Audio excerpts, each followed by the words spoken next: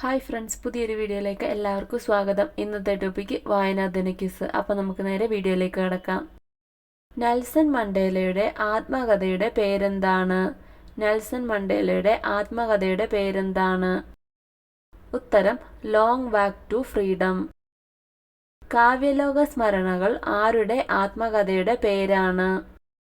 ഉത്തരം വൈലോപ്പിള്ളി ശ്രീധരമേനോന്റെ ആത്മകഥയുടെ പേരാണ് കാവ്യലോക സ്മരണകൾ. വെള്ളപ്പൊക്കത്തിൽ എന്ന കഥയുടെ രചയിതാവ് ആരാണ്? ഉത്തരം തകഴി ശിവശങ്കരപിള്ളയുടെ കഥയാണ് വെള്ളപ്പൊക്കത്തിൽ. മലയാളത്തിലെ ആദ്യ ശബ്ദചിത്രം ഏതാണ്? മലയാളത്തിലെ ആദ്യ ശബ്ദചിത്രം ഏതാണ്? ഉത്തരം ബാലനാണ് മലയാളത്തിലെ ആദ്യ ശബ്ദചിത്രം. സരസകവി എന്നറിയപ്പെടുന്നത് ആരാണ്? സരസകവി എന്നറിയപ്പെടുന്നത് ആരാണ്? ഉത്തരം മൂലൂർ പത്മനാഭ പണിക്കറാണ് സരസകവി എന്ന് അറിയപ്പെടുന്നത്. രവീന്ദ്രനാഥ ടാഗോർ ഏത് വർഷമാണ് അന്തരിച്ചത്? ഉത്തരം 1941 രവീന്ദ്രനാഥ ടാഗോർ അന്തരിച്ചത്. കഥകളിയുടെ സാഹിത്യരൂപം എന്താണ്? ഉത്തരം ആട്ടക്കഥയാണ് കഥകളിയുടെ സാഹിത്യരൂപം. മാവേലി നാടുവാണീടും കാലം മനുഷ്യരെല്ലാരും ഒന്നുപോലെ, ഇത് ആരുടെ വരികളാണ്?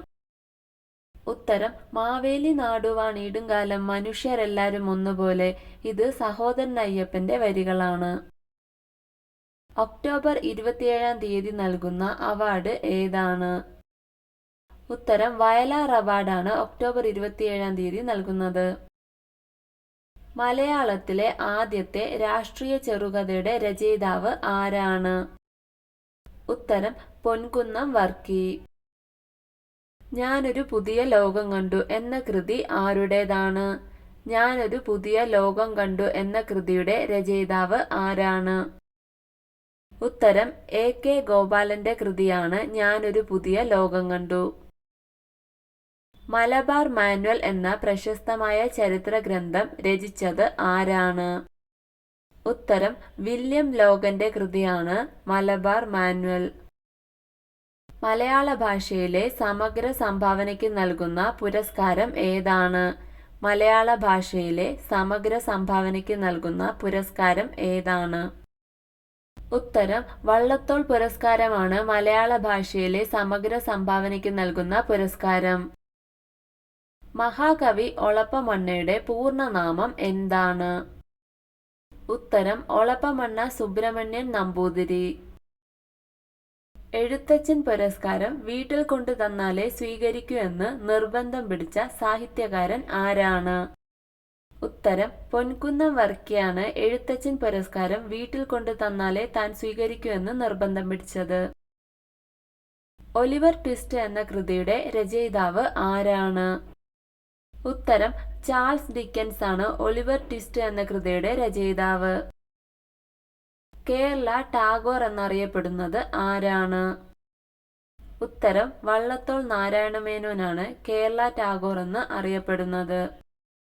മലയാളത്തിലെ ആദ്യത്തെ നിഘണ്ടു തയ്യാറാക്കിയത് ആരാണ്? ഉത്തരം ഹെർമൻ ഗുണ്ടട്ടാണ് മലയാളത്തിലെ ആദ്യത്തെ നിഘണ്ടു തയ്യാറാക്കിയത്. കമല സുരയ്യ എന്ന പേരിൽ അറിയപ്പെട്ട മലയാള കവയിത്രി ആരാണ്?